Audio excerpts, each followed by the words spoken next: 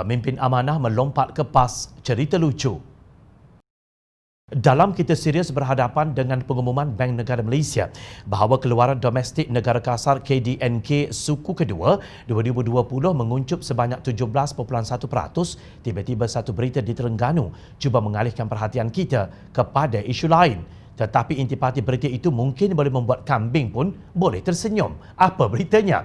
Sebuah portal yang bernama Terengganu Report melaporkan bahawa 6 ahli parlimen amanah akan bersama bersatu menyertai Muafakat Nasional.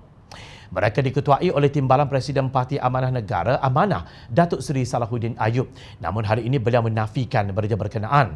Malah beliau menyifatkan dakwaan tersebut sebagai tindakan terdesak pihak yang tertekan dengan perkembangan terkini politik tanah air. Laporan yang merupakan fitnah murahan itu tidak akan sedikit pun menjejaskan usaha dan komitmen Pakatan Harapan untuk mengembalikan mandat rakyat dan menyelamatkan negara dari bencana politik Perikatan Nasional.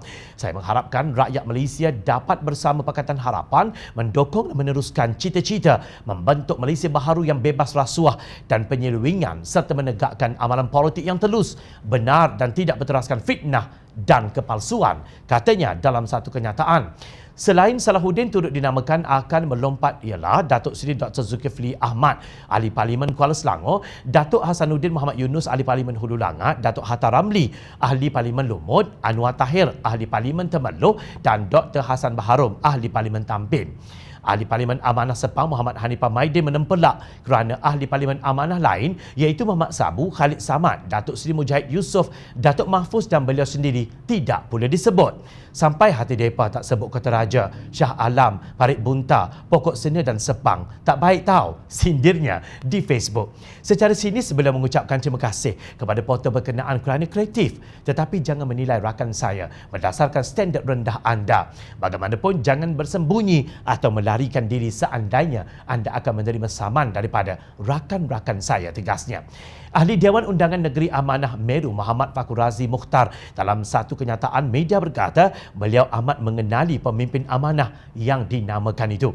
Katanya mereka berjuang berdasarkan prinsip khususnya dalam menentang kleptokrasi, rasuah dan kebejatan UMNO Barisan Nasional. Menurut beliau, perbuatan kononnya 6 ahli parlimen melompat hanyalah satu usaha yang terdesak untuk menyemai keraguan terhadap amanah dan Pakatan Harapan.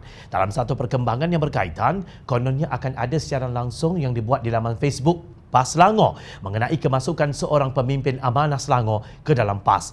Namun selama 52 minit tidak ada seorang individu pun yang muncul. Sebaliknya hanya kelihatan alat pembesar suara, mikrofon sahaja. Satu kenyataan yang menyebut nama Roslan Shahir kemudian menyatakan bahawa atas sebab-sebab yang tidak dapat dielakkan, majlis tersebut terpaksa ditangguhkan. Mengulas mengenainya, Fakhur Razi berkata jika ada pun pemimpin Selangor yang mahu keluar amanah, ia tidak menjadi kudis kepada amanah Selangor. Bagaimanapun beliau mengingatkan supaya menghindari fitnah kerana fitnah itu satu dosa. Begitulah percubaan pihak yang terdesak. Tunggulah saman yang akan mengejar anda.